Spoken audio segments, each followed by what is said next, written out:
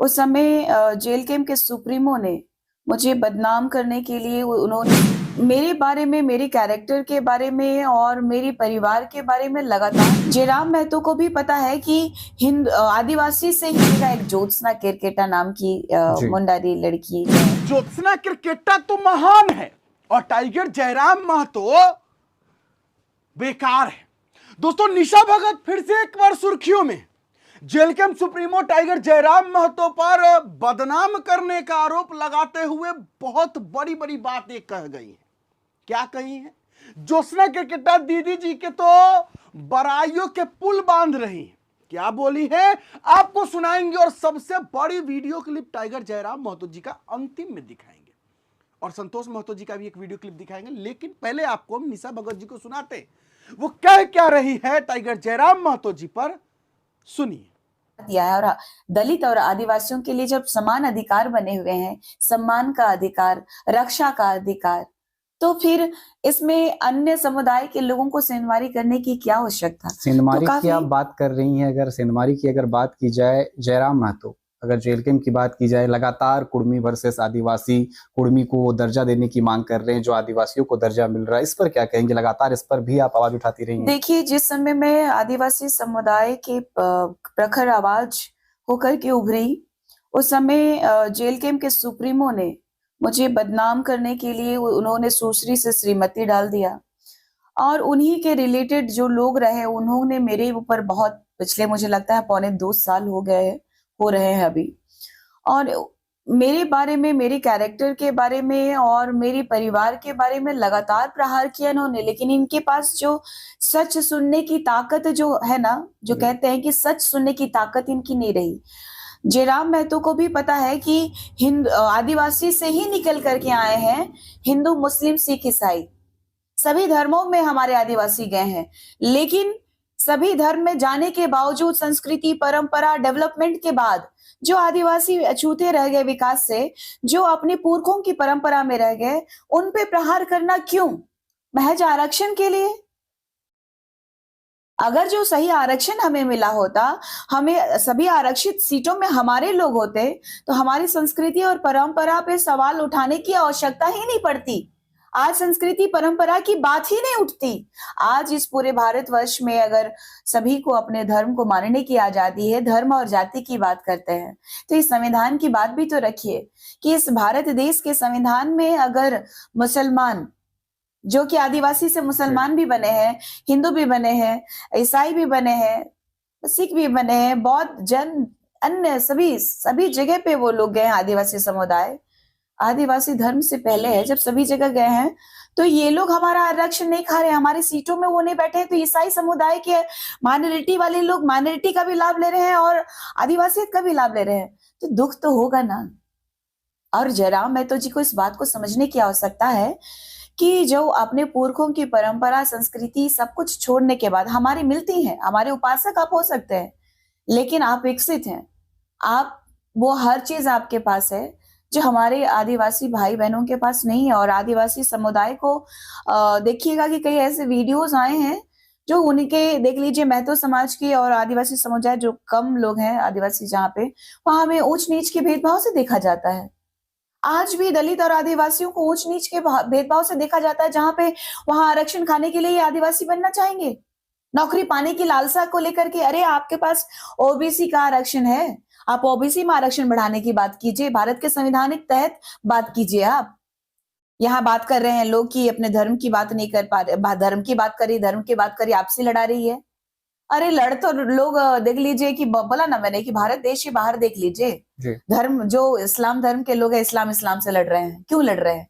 जब इस्लाम धर्म जो माइनॉरिटी आते हैं और उनका उद्गम स्थल, और ईसाइयों का उद्गम स्थल को देख लीजिए, यहूदियों का उद्गम स्थल को देख लीजिए, यरूशलेम है। इस बात को समझने की आवश्यकता है और ये बात जयराम महतो भी बहुत अच्छे से समझते हैं।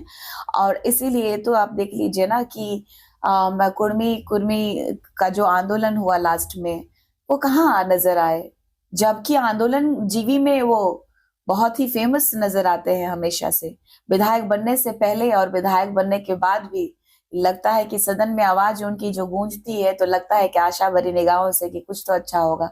लेकिन यही उनको अपना पार्टी बनाने के समय अपने मैनिफेस्टो में अपने समाज के लिए डाल देना चाहिए था। एक तरफ से उन्होंने सभी समुदाय के लोगों को छल किया, एक तो दूसरी बात की उनको डाल देना चाहिए था कि महतो को जो है, कुर्मी को हम आदिवासी बनाएंगे, ये पहले डाल देना चाहिए था। आज सभी धर्मों के लोगों ने जिता दिया, आदिवासियों का विश्वास जीत लिया और आदिवासी के खिलाफ में वहां पे चल गए कि हम भी आदिवासी हैं, हम शोषण करने के लिए तैयार हैं। तो आदिवासियों को समझना होगा कि सनातन धर्म वाले लोग हमारा आरक्षण में नहीं बैठे हैं। ये हमारा आरक्षण और नौकरी में कौन बैठे हुए हैं? नौकरी कौन खा रहा है? हमारा जो आरक्षित सीटें हैं, अभी 81 विधानसभा सीटों में 28 विधानसभा सीट जो है आरक्षित अनुसूचित जनजाति की जो सीट है उसमें 8 से 10 सीटें हैं धर्मांतरित ईसाइयों में। कोई सनातन धर्म के लोग आए क्या? नहीं आए। हम करम का त्योहार मनाते हैं, चाहे सरूल का त्योहार मनाते हैं, तो उसमें तो सनातनी प्रखरता से दिखाई देते हैं, भले वो भगवा रंग का कपड़ा पहन के नहीं आते हैं।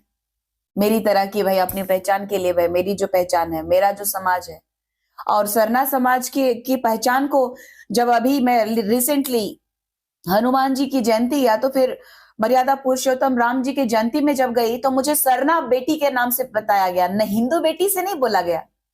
तो ये समझने की आवश्यकता है, ये समझने का फेर है, क्योंकि यहाँ पर विदेशियों का ताकत और एजेंडा इतना हावी है कि उनको विदेशी फंड मिलता है, गिरजाघरों को विदेशी फंड मिलते हैं, जिसकी वजह से वो काफी ताकतवर महसूस करते हैं।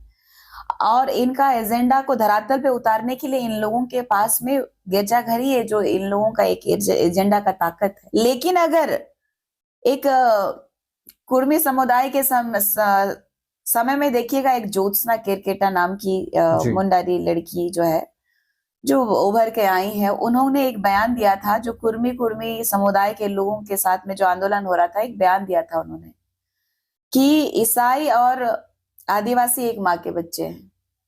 सवाल उठता है, क्या ऐसे लोगों की वजह से ही हमारे धरती आबा भगवान बिरसा मुंडा जी को महज 25 सालों में उनके ही द्वारा जो है, कुछ ऐसे चापलूसों के द्वारा जो है जेल भेज दिया गया, और मिशनरियों के मिशन को पूरा करने वाले गिरजाघर के एजेंट और दलाल जो कहते हैं कि भगवान बिरसा मुंडा जी क्रांतिकारी नहीं थे।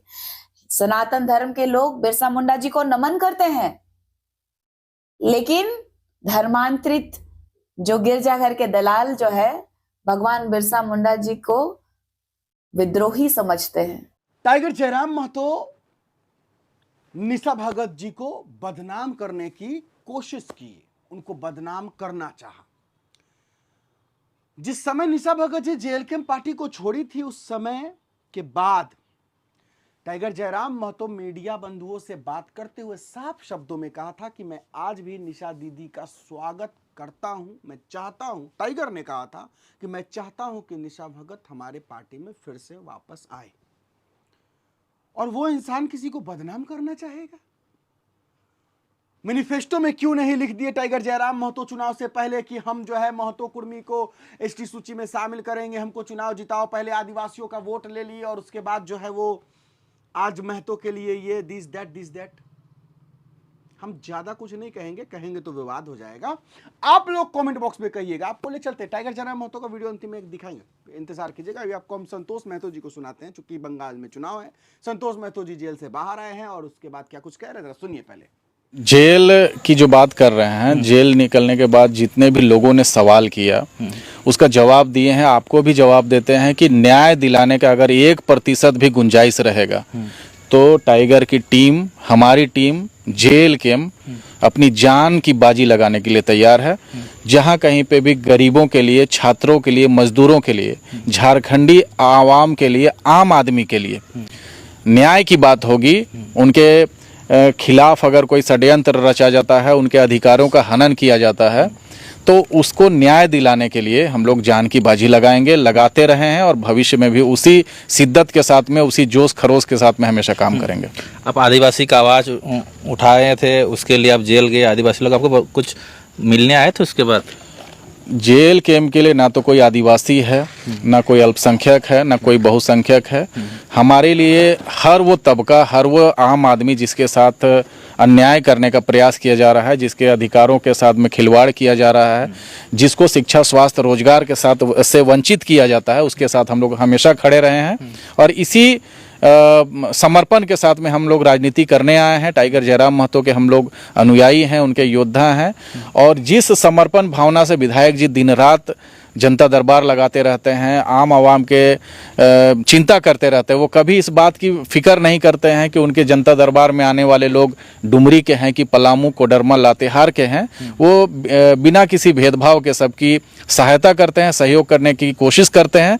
हम लोग उनके ही पद चिन्हों पे चलने वाले लोग हैं और हम लोग कोई भी बाइफर्केशन करके कि कौन आदिवासी है, कौन गैर आदिवासी है, कौन मूलवासी है, कौन महिला है, कौन पुरुष है, कौन अमीर है, कौन गरीब है, ये सब चीज़ों का भेद हम लोग नहीं करते हैं। हम लोग निष्पक्ष होकर निस्वार्थ भाव से हम लोग राजनीति करने आए, उसी परंपरा को हम लोग आगे बढ़ा रहे हैं। जेल जाने से आपको डर उर नहीं लगता है?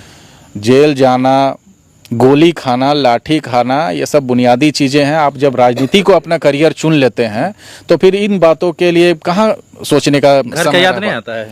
देखिए, घर जब आप राजनीति को चुन लेते हैं तो जहाँ रात हो गई वहाँ सोने का है, ऐसा परंपरा के साथ में राजनीति किया जाता है। और हम लोग क्या है कि फुल टाइमर पॉलिटिक्स है। हम लोग कोई पार्ट टाइम किसी पद की लालसा में या विधायक बन जाने के लिए या सांसद बन जाने के लिए हम लोग राजनीति में नहीं आए हैं। चलिए, क्रांतिकारी लोगों के लिए जेल उनका दूसरा घर होता है, ये सभी जानते हैं कि आज कोई ये नई बात नहीं है कि जिसने भी गांव समाज के लिए लड़ा है, जिसने भी मजदूरों के लिए लड़ा है, किसानों के लिए लड़ा है, शोषितों के लिए लड़ा है, उसके नसीब में जेल ही रहा है। तो ये नई बात नहीं है। खैर, बंगाल चुनाव को लेकर के जो कुछ संतोष महतो जी कहे हैं, इस पर आप क्या सोचते हैं लिखिएगा। अब आपको एक सबसे बड़ी वीडियो क्लिप छोटी सी टाइगर जयराम महतो जी का दिखाते हैं, देखिए पहले।